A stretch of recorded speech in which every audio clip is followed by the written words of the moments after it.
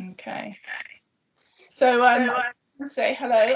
I'm delighted to be able to introduce Rebekah Higgitt today.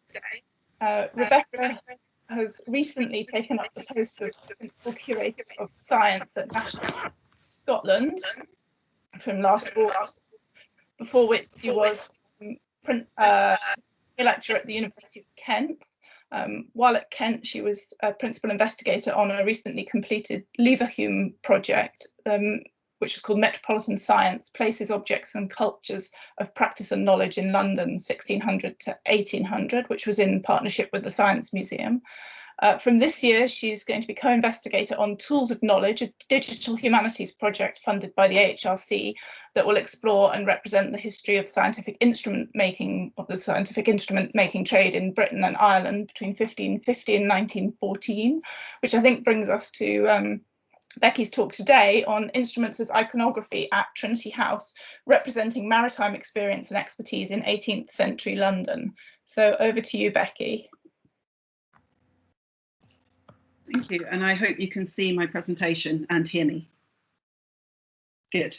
So yes, this talk actually comes out of the previous project, the Metropolitan Science Project, although instruments remain a common feature, but I won't be talking about instrument makers today, rather thinking about instruments as they appeared, both real ones and representations of instruments linked to Trinity House in London. So it is a metropolitan, it's a very London project. Trinity House is one of a number of corporations, institutional sites that the postdoctoral researchers on the project and I are looking at and hope to produce a study with these as case studies in a book to be published at some point in the future when we can get back to some archives. But this work on Trinity House is, as I say, a part of that, and part of what I've been trying to do to understand an institutional space and what knowledge, what types of knowledge meant something within those. It's a no longer extant site for much of the building they were in for the 18th century. So part of what I'm talking about is trying to kind of recreate a sense of what that building and site might have been like. And so this comes out of that. So Trinity House itself, I'll introduce first before thinking about its site and then some of the instruments, real and depicted, that were in that. It's usually, I think, tends to be thought of either in its sort of early incarnation as a charitable maritime guild based in Deptford, which was granted a charter first by Henry VIII, or it's thought of as what it is today, which is the Lighthouse Authority for England and Wales. And historians of science are perhaps most familiar with it in the 19th century, when it was drawing on the expertise of men of science like Faraday and Tyndall to develop lighting systems for lighthouses. But I've been thinking about it in the 17th and 18th century, in a period when the corporation went through quite a lot of change. It became increasingly involved, partly with examining, certifying and adjudicating navigational competence. And their own claimed expertise to do this tended to be based on their own personal experience. And I'll be suggesting that navigational instruments kind of symbolize this for them. I'm also suggesting that the claim to expertise and the role that scientific instruments played changed in reflection of this over the course of the long 18th century. So a brief introduction to Trinity House of Deptford Strand, which is where it was first established. It was, of course, defined by various charters that it received over its lifetime and various acts of parliament that clarified some of these things. It had a range of functions. I won't go through all of this, but a number of these were new or were codified, as it were, in various ways over the course of the period that I'm talking about.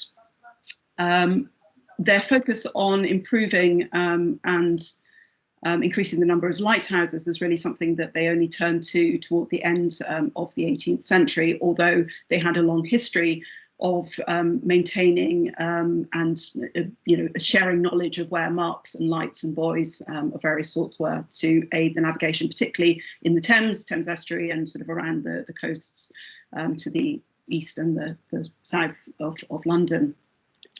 So this is an image from Deptford Strand, their sort of ancestral home, as it were. Their first hall was there, and they established almshouses, which were maintained right through to the 19th century there. In their sort of earliest sort of depiction of what they were, they're described as a company of the chiefest and most expert masters and governors of ships. This description by Francis Bacon on behalf of the Privy Council in 1617 also talks about them as their skills, their authority, their trust in them is grounded on the skill and experience which they have in marine service. And that they certainly had. The younger brethren, so the larger mass of membership of the corporation, were largely individuals who were certified as masters or pilots of ships, so interested in the navigation of ships through various locations, either more or less local.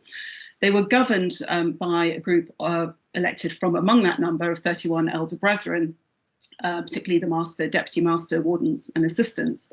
And those are the ones who met and carried out business at court meetings and also smaller by-board meetings.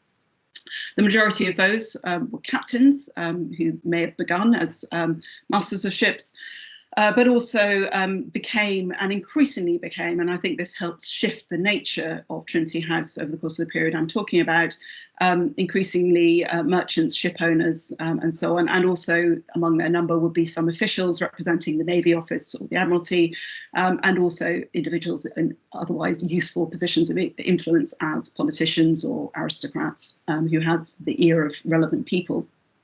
So there's quite a variety among their number, and increasingly political and social elites amongst them, and that increases in the 18th century. So their actual expertise as a group, their practical expertise, and especially their theoretical expertise could vary very widely.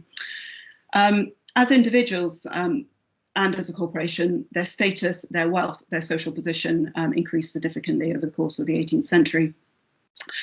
By that period, Trinity House had moved its business away from this historic home in Deptford. In the early 17th century, they operated from Radcliffe and Stepney, which, like Deptford, are maritime communities on the Thames, but closer into the city and on the North Bank.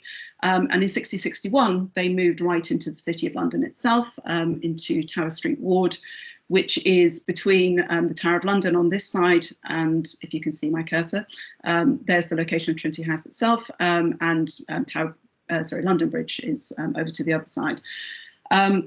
It was a location that was very useful to them for its proximity to a number of other sites relevant to the business of the elder brethren and their networks.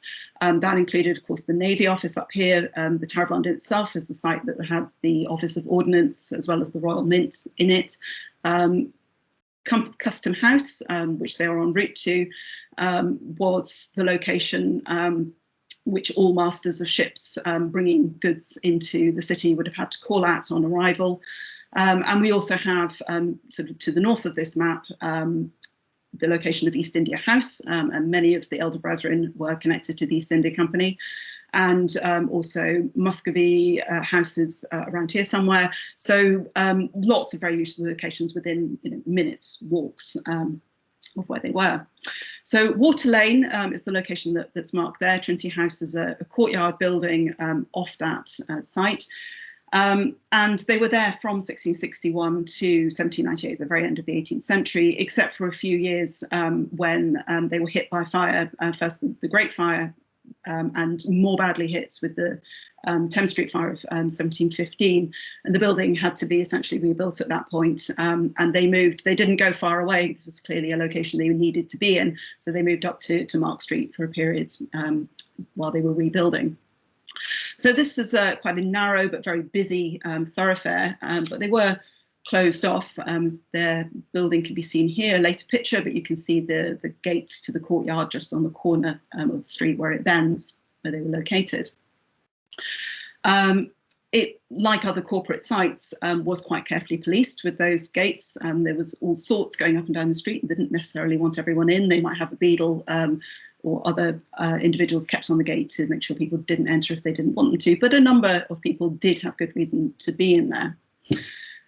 This image shows the courtyard space and the building beyond, obviously a later image. The building still survived at that point. It was destroyed, I think, in the Second World War.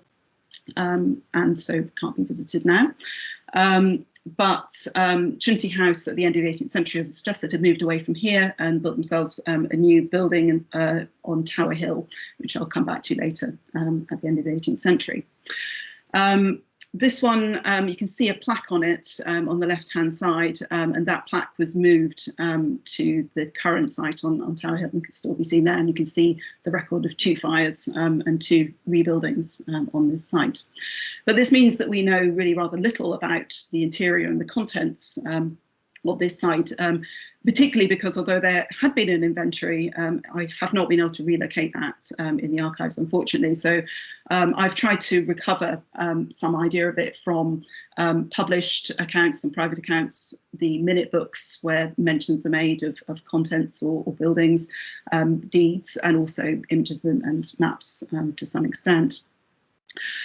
It was perhaps not unlike another surviving London Courtyard House of a guild, a rare survival really, which is the Society of Apothecaries near Blackfriars, which dates from 1672. And thank you, Open House. I had a chance to go and see this a couple of years ago.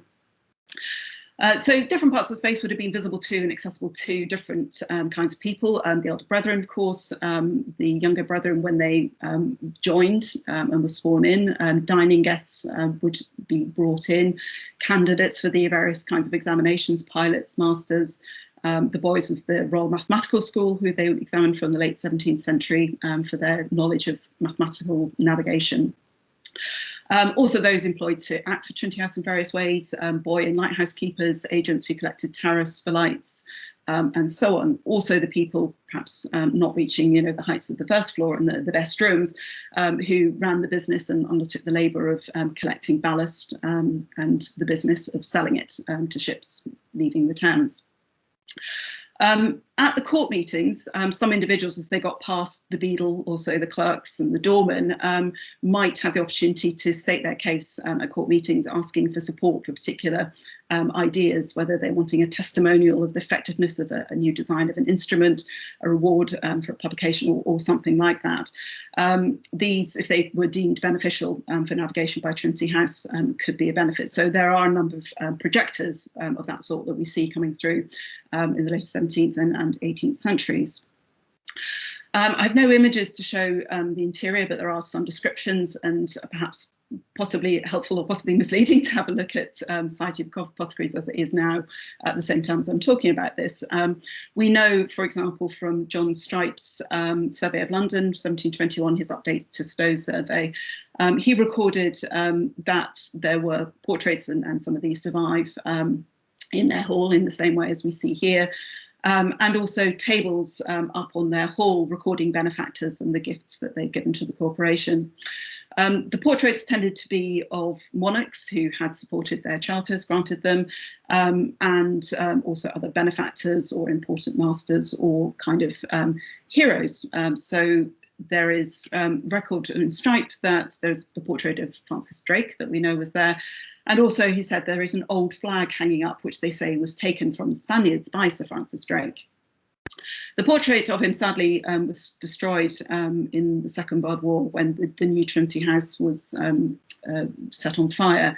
But a photograph was taken beforehand and given to the National Portrait Gallery and various other repositories. So we have a record of sorts, what it was like. And it shows him as a man of action with a sword and armour, but also as a navigator with his hand resting on a globe there. You can just about make out what it is. Hard to see if it is a terrestrial or celestial globe. The suggestion is it's probably a terrestrial one, but you might just about be able to make out that there's the line, the diagonal line of the ecliptic showing on that. There's the plane of the Earth's orbit, or the path that the sun appears to trace against the stars over the course of a year. So it's an astronomical feature on a terrestrial globe, something like this one from the National Maritime Museum. A fairly recent innovation of the 16th century, which emphasizes, represents the mathematical and astronomical knowledge and navigational use, which we might connect with a globe like this, and I think emphasizes Drake as navigator there. Strype also went on to note that Trinity House had on display, I quote, an exact model of a ship of great size, rigged and closed in a frame glazed around, and also 2 large globes, so 2 actual large globes, also glazed in cases. And these were all the gifts of admirals and elder brethren who'd been around under Charles II's time. So these are about decoration and display more than practical purpose, but clearly the globes and the combination of celestial and terrestrial represent navigational knowledge and the elder brethren sort of sense of knowledge of the world more broadly. The minutes tell us that there were at least another couple of globes that were acquired, and these had a more practical purpose. In February 1686, the court ordered that a pair of Moxon's globes, that's Joseph Moxon's, glazed of about 10 or 12 inches, should be bought, being wanted upon the examination of the children of the Mathematical Foundation in Christ's Hospital and other occasions.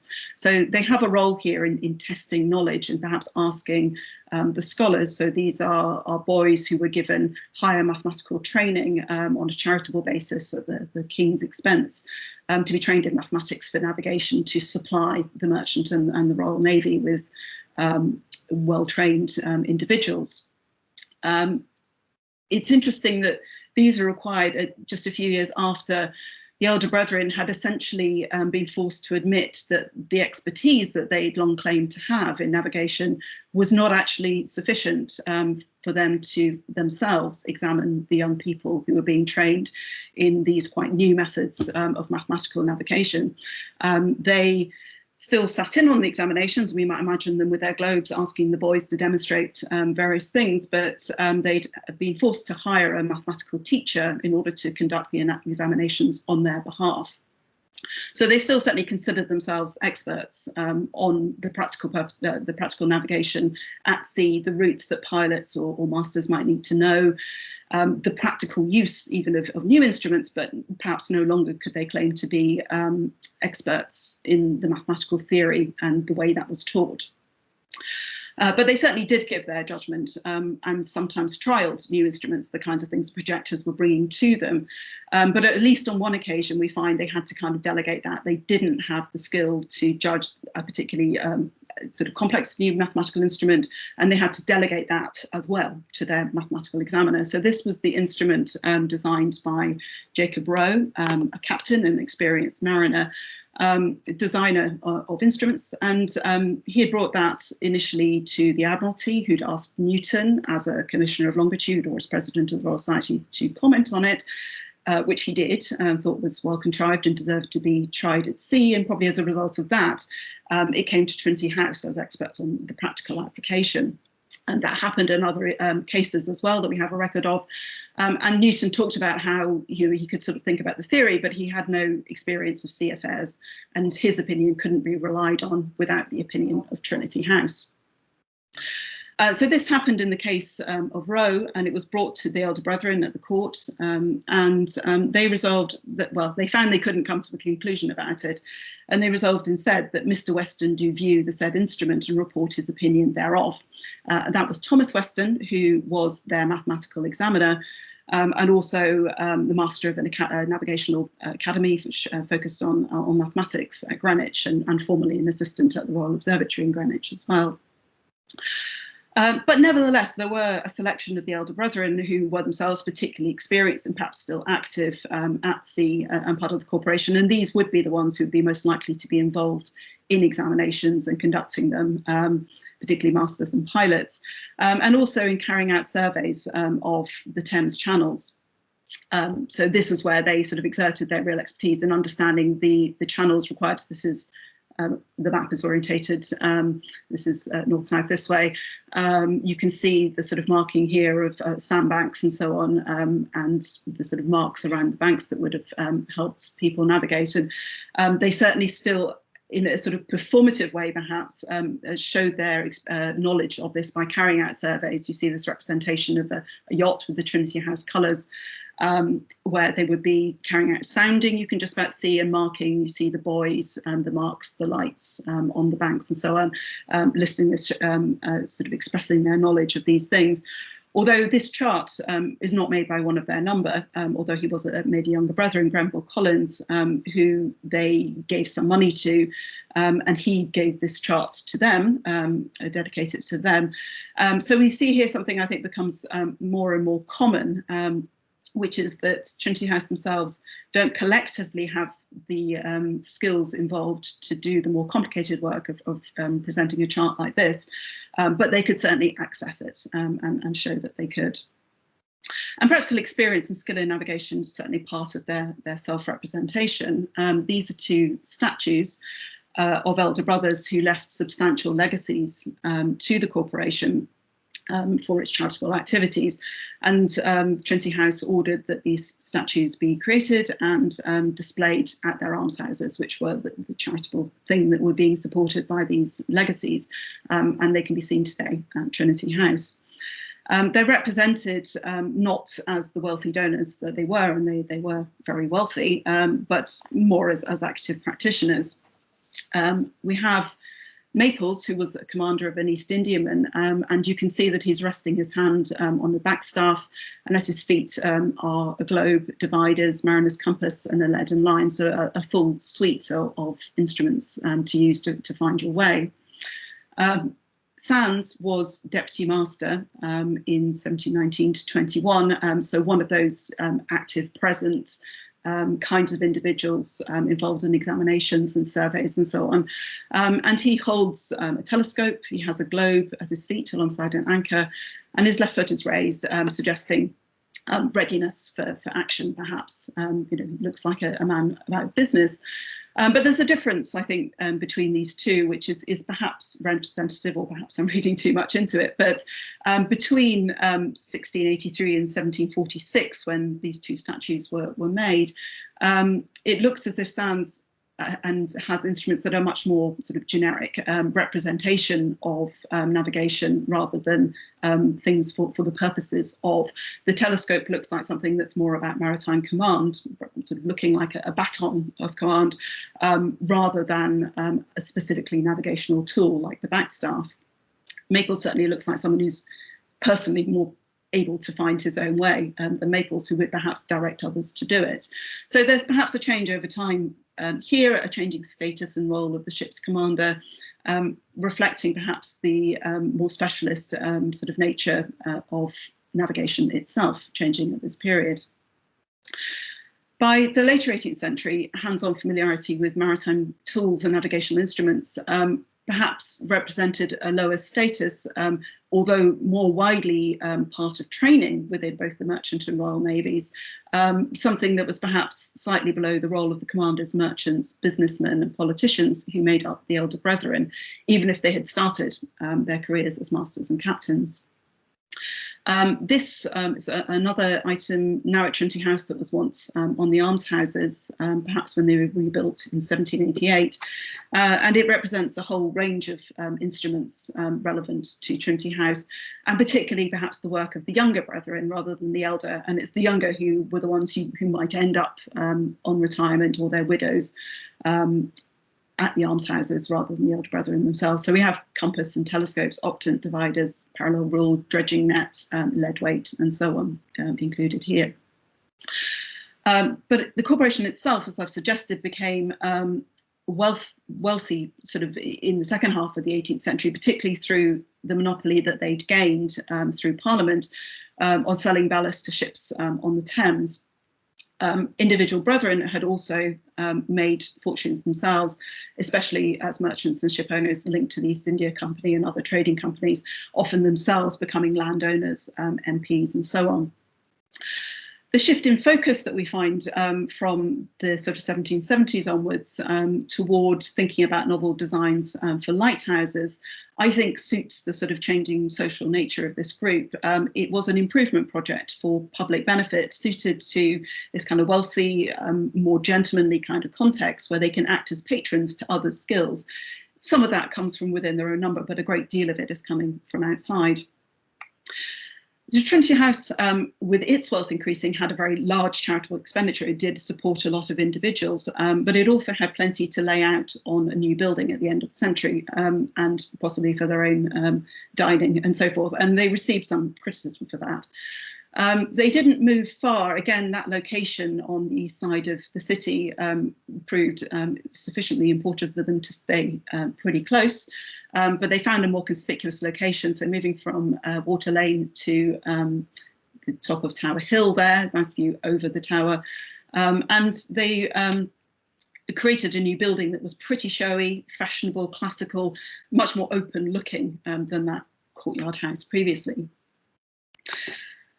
So I want to end by sort of taking a bit of a look inside there, some of which is still visible. So the ceiling of the courtroom is much restored and rebuilt, but based on the original designs by F.J. Rigaud. Has putti bearing a large armillary sphere, something very much about, not about the practical navigation of the period, but symbolic of astronomy and mathematical skills. And there are a number of other mathematical instruments in the putti's hands: telescopes, compass, crossstaff, octant, and so on. They are abstracted, made celestial, and sort of taken away from a hands-on context associated with the Elder Brethren. It's just visible in this image from the early 19th century. You can see the ceiling, the armillary sphere and the putti floating about there. And also the large group portrait at the end there, which was produced for the new building. It shows the merchant brethren. So that's a selection of the group of 31 elder brethren, but the ones who were experienced commanders and associated with the East India Company and other trading companies, are represented here as a group in the Trinity House uniform. Today, it's visible on the stairs there. Sorry that I don't have a decent image of it, so I hope sort of it's sufficiently clear with the ones that I've been able to find. This black and white one from a publication. The portrait's by Gainsborough Dupont. That's the nephew and pupil of Thomas Gainsborough. And Dupont was commissioned by Trinity House to produce portraits that were very typical of the kind of thing that Trinity House had displayed over its history. He was, well, first of all, he was commissioned to clean those extant ones that were moving from the old building to the new, and then he was commissioned to produce portraits of George III and Queen Charlotte, also of William Pitt, who was both the Prime Minister and also then Master of Trinity House. So you can see those political connections that were so important to them in this period. And then also they added in a portrait of Earl Howe after he had a victory, so another of those kind of hero figures. It seems that this group of merchant brethren took the initiative to produce this quite unusual commission of a very large group portrait as a gift from them to Trinity House. So it might have been paid for by subscription, unlike the other paintings that were paid for by the corporation. In April 1794, Henry Bate Dudley, who was a great supporter of Gainsborough's, reported in his newspaper, the Morning Herald, of having seen this painting and the others on the easel in the studio. And he called this one a conversazione piece of the whole, and there's an important point here, the whole effective Trinity board. And that's very much how they presented themselves, the ones who were experienced in the business, in the merchant navy. And from their number were likely to be the ones who would be on what was now a formalised examining committee, who could advise on navigational instruments, examine candidates and so forth. The background is hard to make out in this picture and all the other ones I have. It was painted in, I quote, subdued tonality, kind of shades of brown, with arcades, columns, curtains and so forth. But also there's a light ship, which you can't quite see. St. Paul's is there representing London, and also floating oddly at the back, you may just about be able to make out two globes, a celestial and terrestrial globe. So again, these sort of abstracted instruments being symbolic of types of knowledge rather than being hands-on. The painting itself represents a particular moment, the submission of plans for the new Trinity House building in 1792 to the Deputy Master, Hector Rose. Is a close-up taken from an image in the book, and again, sorry about the quality. So Hector Rose as Deputy Master was a very important figure for the corporation. He stayed around for a long period, very involved in all the active business. The masters were much more symbolic by this period. This group on the left, where plans are being handed over, represent, as well as Hector Rose sitting down, the sort of professionals employed by the corporation rather than elder brethren. So we have the secretary, the solicitor, and the architect, Samuel Wyatt, of their new building. So they are sort of experts or advisors or workers to the corporation who could be paid and brought in. The only other figures who have paper on them, who seem to be doing something similar and sort of balance the composition on the other side, and again, sorry, terrible picture, are on the other side. And we have Captain Joseph Cotton and Captain Joseph Higgitt with a piece of paper talking about something rather than just sort of standing about and posing as the other ones are mostly doing. And these are also kind of active men, it seems to me, balancing those other professionals. Joseph Cotton became the next deputy master, again, a very significant figure for the corporation. And Higgitt, well, both of them are associated with the East India Company. Higgitt had been a hydrographer and astronomer, and he was already by this point a fellow of the Royal Society. And Cotton became also the second elder brother of Trinity House to be a member of the Royal Society a few years later. So they sort of represent certain kinds of knowledge. Cotton also got a medal from the Society of Arts later for work he'd done on trying to introduce Rami as a fibre of manufacture. Higgitt became a figure important to the work on lighthouses that was undertaken, as well as dock and harbour engineering work, but also a businessman in rope manufacture. But they are being represented, I think, as sort of more expert scientific figures, perhaps, than the others. In an individual, oops, sorry, there's the election certificate. I will just go through that since I'm running out of time. There's another picture of Higgitt that shows how his interest and his expertise mean that instruments very much are matched back as part of his depiction, a globe and dividers with drawings showing designs, I think, for a light and a complex protractor for navigational plotting. He was also the inventor of the station pointer that's perhaps associated with. But this is not at Trinity House. This was a representation of him as a man of science for other purposes, rather than as a mariner, and rather than as part of that collective group. So just to finish, I've suggested that while instruments in the late 18th century certainly could represent the specialist work of particular individuals connected to and sometimes sort of brought in by Trinity House, or it could be the hands-on tools associated with the experience and expertise of its younger brethren. Within the house itself, they were primarily, by this period, symbols floating very sort of literally over the elder brethren's heads. And I suggest that this is reflective of a changing status in the corporation and of the merchant captains in the 18th century, and changing functions in relation to navigation, with expertise very much being widely spread across officers within the Navy, but specifically residing with mathematical teachers in academies and specialist scientific advice from figures like the Astronomer Royal or the Board of Longitude at this period, rather than now with Trinity House as it had been previously. So I'll end there. I've just got a few items of further reading and footnotes, as it were, and I will finish there. Thank you very much.